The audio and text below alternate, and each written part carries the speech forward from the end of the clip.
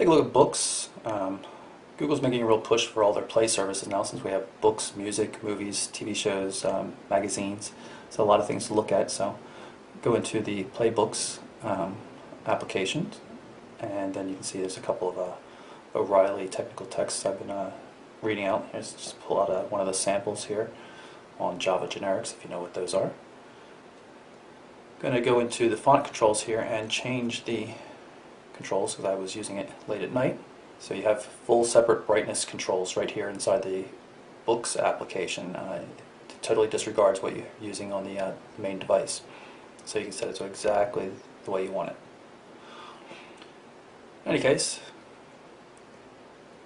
you can see we've got nice animations. You have the ability to tap on the screen or drag pages over. Jump back to home, and instead let's pull up Currents,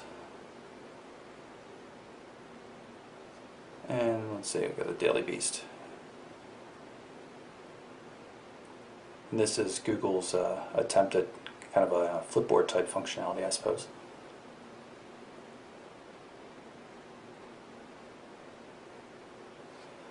Also have access to magazines, issue of Popular Science here.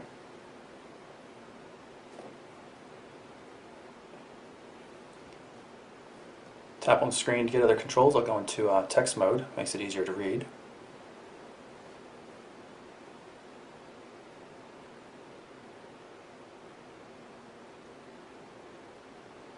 Recommended books, recommended apps. You saw it's the widget that we moved up here. Go into the Play Store, and you can see we have the sections for apps, music, magazines, movies and TVs, and books. Jump into Gmail so you can see how it works. Multi-paned interface, works in landscape mode as well, of course. Of course, you still have that same problem. Jump into notifications quickly, and I'm going to pull up that AIM message so you can see the other email client. Also go into landscape mode and see that it too supports the multi-pane view. I've turned off the Wi-Fi connection on the device to show you that Google now has offline speech-to-text capabilities. This is a test of the speech-to-text capabilities, period. I sure hope it works, period. And you can see it worked quite well, even when we're offline, which is something that earlier versions of Android could not handle. If you like speech-to-text, chances are you'll also like text-to-speech, and you can use the Google Search Now tool to get all sorts of good functionality. You can either tap on the search bar here, and it'll expect you to type something. Tap on the microphone, it'll immediately go into speech recognition mode. You can also get to it by dragging up from home. And lastly, you can get to it from the lock screen directly by dragging up. Once inside though, all you have to do is say this special magic word, which is, of course, Google. Who is the President of Germany?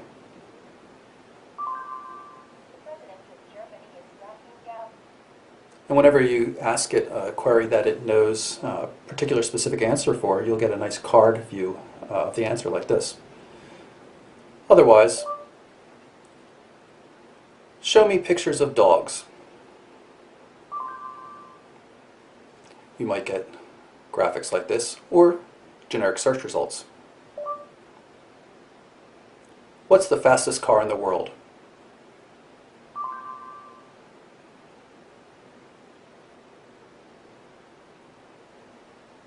There's a lot of good functionality in this system right now, but it's still missing a lot of things. So you can do simple things like set an alarm for tomorrow at 6 a.m.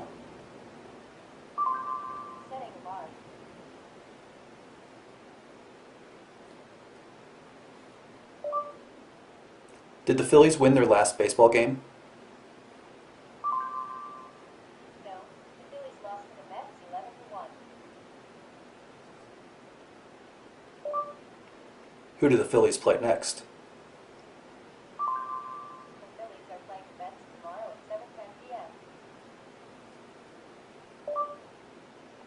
Is it going to rain tomorrow in Washington, D.C.? No, rain is not expected tomorrow in Washington. The forecast for tomorrow is 100 degrees and mostly sunny. What's the cast of Burn Notice? Burn Notice cast is Jeffrey Donovan, Gabrielle Anwar. How tall is the Eiffel Tower? Eiffel Tower is 1,063 feet tall. What is Memorial Day?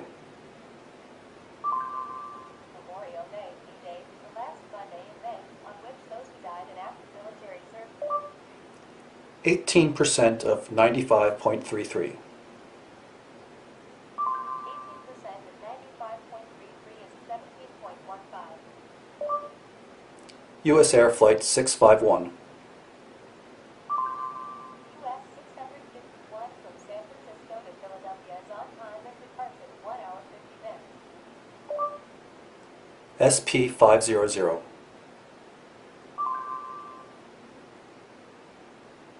So you can see there's a lot of things that the system can actually give you cards for. Otherwise, you just get regular search results. Next up, how about the Google Chrome browser? Chrome is now the default browser in Android as of version 4.1 Jelly Bean, of course. Cool functionality, and it's working really well. I've been using the beta for a long time. Right now you can see I'm looking at what tabs are open on other devices. This is my desktop. You can see I've got a story up about Adobe, and I can easily get to it, and you know, when I go back to my desktop, I'll actually be able to see the tabs I have open on this device as well, which is pretty cool. Of course, there's also access to bookmarks, and they're shared between desktop and other devices as well, and most visited. So you can see, obviously, I'm reading up a lot on Ziploc bags, it seems.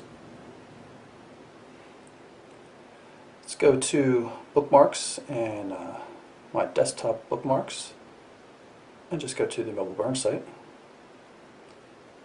just so you can see how it loads. There's no Flash support. As I just hinted at, Adobe mentioned there will be no Flash support for Chrome, so it's not a surprise. They've said that for a while now. Everything works nice and smoothly. Scrolls much more smoothly than I had seen on some other tablets when I was running the beta. I'm quite pleased with the performance. And of course, the tabs are always very nice. If you're interested in music, of course, the Google Play music client is preloaded. Let's play a song here just so you can see how it works. Same basic organization in all the more modern applications. You've got the action bar across the top, allows you to go back different levels inside the application without using the back button and sometimes getting tossed back to the home screen, which was always kind of confusing. So you can see that the views change somewhat as you switch into landscape mode.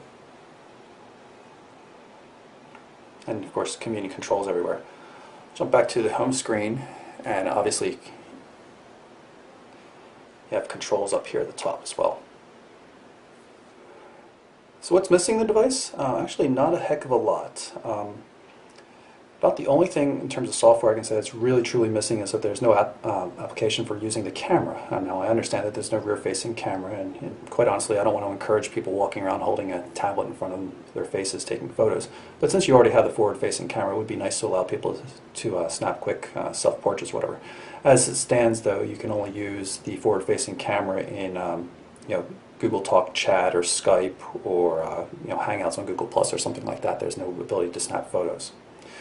Otherwise, not really missing too much. It's pretty much a slam dunk. It's the best Android tablet I've worked with by far. Really low price point, really high performance level, and I'm actually quite a fan of the smaller tablet sizes, the 7 and 8 inch tablets. So really something that I can support, and I own a Kindle Fire, as you saw earlier, and this is by far much more my speed. Maybe a little more complicated than the Kindle Fire, but definitely much more powerful for the same price. So there you go. That is the Google Nexus 7 by ASUS. For MobileBurn.com, I'm Michael Orrell. Thanks for watching.